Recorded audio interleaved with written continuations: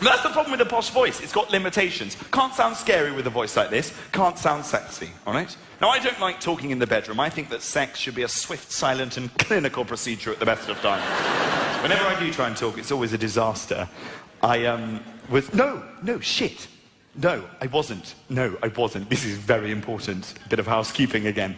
Look, my girlfriend told me quite clearly, I'm only allowed to tell this next story on stage if I say that it happened to a friend of mine. Seriously, Wembley, everyone with me, all right? Let's do that one again, okay. So, the other day, right, a friend of mine was having sex with my girlfriend.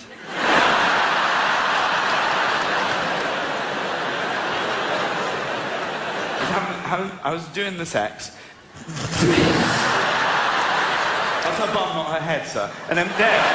Stop it. No, it was beautiful. I was having... Stop it! I was doing the sex, okay? And it was that little post-coital moment of silence afterwards, you know, when someone has to say something.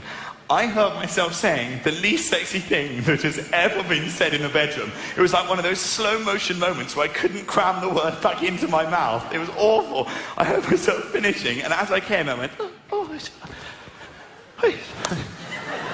bravo.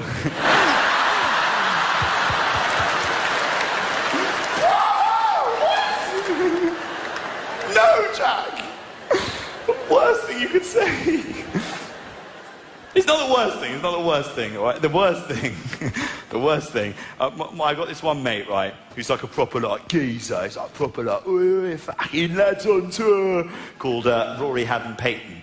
And he's a proper geezer, isn't he? He'll drink anything.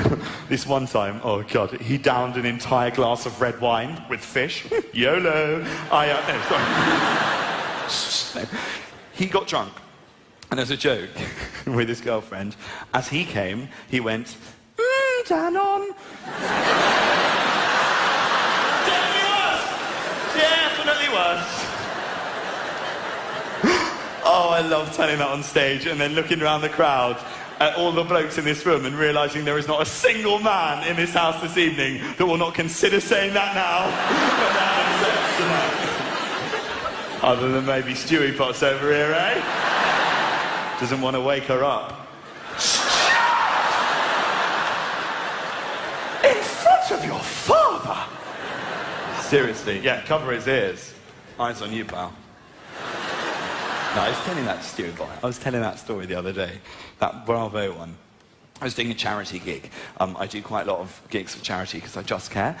And this charity was actually one that's really important. It's an amazing cause, and it's a charity that's very, very close to my heart. Save the Lion, #pray for the King. You were taken from us too soon. Right, okay, sorry. That sometimes happens. I have Lion King Tourette's, don't worry. It won't really affect the show. Right, anyway, I was doing the gig. Not to say that, it doesn't exist, which it fucking did. Anyway, I'm doing the gig, right? And I told that story on stage, the Bravo one, the Bravo story, right? And there was a reviewer in from a newspaper, and in the review, they wrote, Whitehall larks around, claiming that after shagging, he says bravo. Now, that's fine. Reviewers often put your jokes in print, nothing wrong with that. The problem is this. The newspaper in question is a family newspaper, and therefore, they had attempted to censor the word shagging. So instead of reading shagging, it read like this. I don't know about you, Emily, but I definitely read that as shitting. How weird does that make me sound? Like every time I go for a dump, I congratulate myself. Bravo, Jack. Bravo, you. She was an absolute beauty. Need to get her up on Instagram. Oh, fuck it, come on, she's one of a selfie. Get in there, love. Oh. I've been living that down for weeks. It did remind me, though. It did remind me of one of my favourite stories I've ever been told. I'm so happy to be able to share with you lovely people here this evening. My friend, right, was on holiday in Spain. Okay, he's on holiday in Spain in this restaurant, and he goes to use their facilities, okay? He drops the kids off at the pool, right? He goes to flush, doesn't work. The flush doesn't work. He goes 4, 5, 6, 7, 8 times he tries to flush this lavatory. It does not work. So he said he did the right thing. He didn't just leave it there. He decided he would inform one of the members of staff in this restaurant that there was a problem with their facilities, all right? So he set off out into the restaurant. He found a waiter who unfortunately didn't speak any English. He didn't speak any Spanish. He ended up having to kind of gesture to this man. He was like, yes, could you just come here? No. Easy, por favor. No, leave them alone, Pedro. Just follow me. He ushered this waiter, got him into the toilet, just brought him into the loo, yes. He pointed at his turd. He went to flush. It went down straight away. How weird did he look?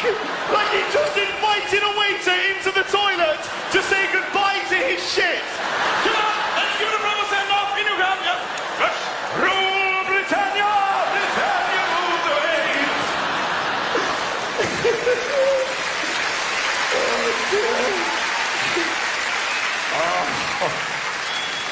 Oh, what a silly friend.